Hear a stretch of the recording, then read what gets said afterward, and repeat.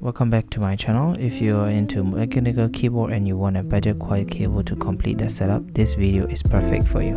Let's start with unboxing. It comes with really good cable box to carry around. Inside the box there goes the cable.